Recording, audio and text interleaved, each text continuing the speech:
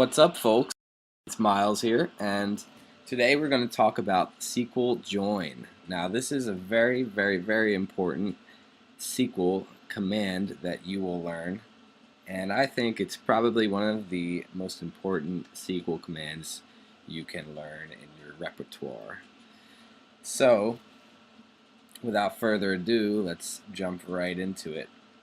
Basically, what a join statement does is it connects two separate tables together by the means of one alike column from each table. Or actually, it could be more than one, but for the sake of simplicity, let's stick to one column today. So we're going to be dealing with a couple tables today, and here's our data. So let's say we have a company, and of course that company has an employee list, and this company is so nice and nice to work at and successful that it has its own store. And we have a list of transactions from today and only today within that store. So there's the employee list, and over here is the list of transactions. And for each transaction we have a employee ID for the person who made that purchase.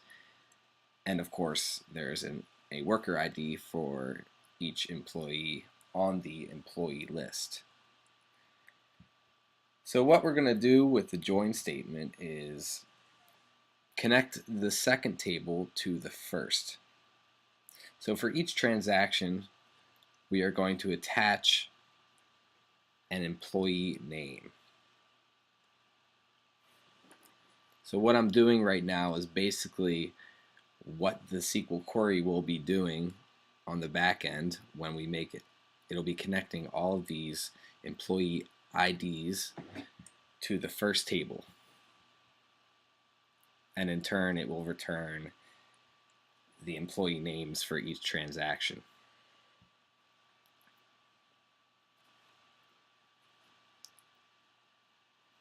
So as you can see here, there's some pretty famous people working at this company.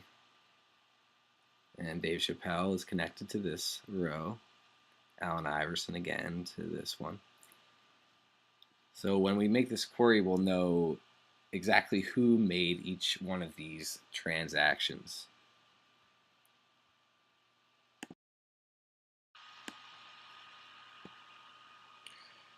Alright, so now we're back at our PostgreSQL database, and we are going to do exactly what I just demonstrated with that little drawing you saw there. So what we're going to want to do is identify the tables we're working with. Our first table is going to be today's customer transactions, and our second will be employees. So let's query both of those tables with a select star and see what we're working with. See if the data is the same as what I just showed you.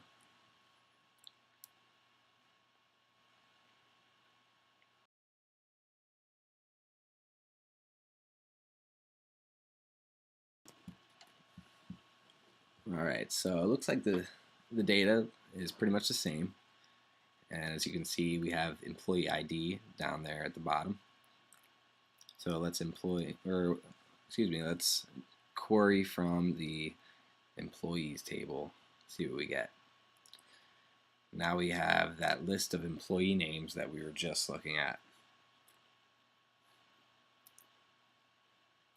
And as you can see, worker ID is the column name here.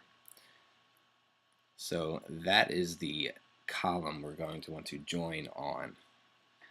Now we have to type in the join statement. Alright, so now let's do a select star from today's customer transactions once again. But now we're going to join to the employees table. So we're going to join employees on two alike columns from each table.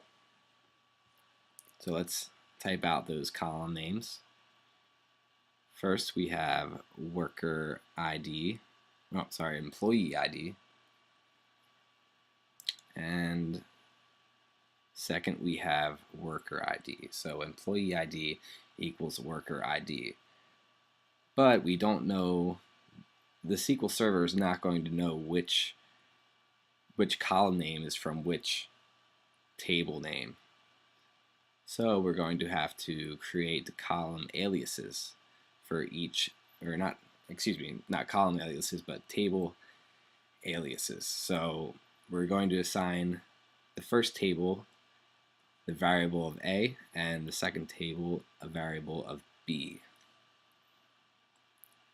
So now we can identify which column comes from which table by typing a.employeeID equals b.workerid.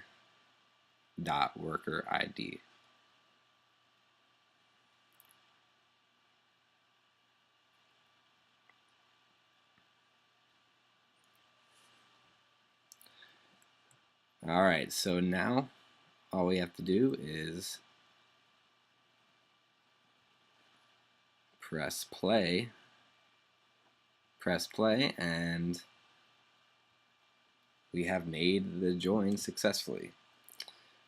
So as you can see, each transaction now has a name associated to that transaction.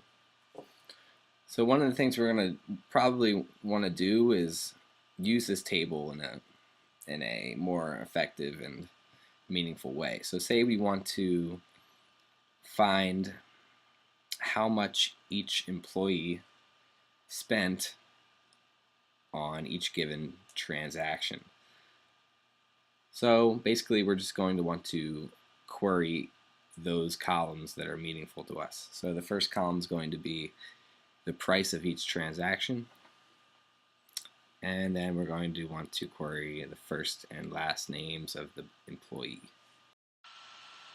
Alright, so those columns are going to be money spent from the transactions table and the first and last name from the employees table. So let's type out B, and B, which stands for the employees table, first for the first name, B dot last for the last name of the customer, and then of course A, which is representative of the transactions table, dot money spent.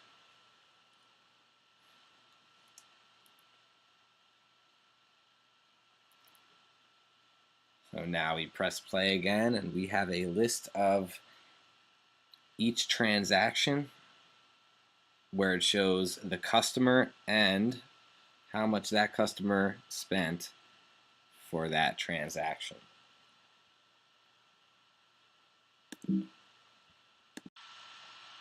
So there you have a simple join example. There's many other types of joins you can make. You can make left joins, right joins, inner, outer joins. You can also join on multiple columns. So there's many different types of ways you can do this.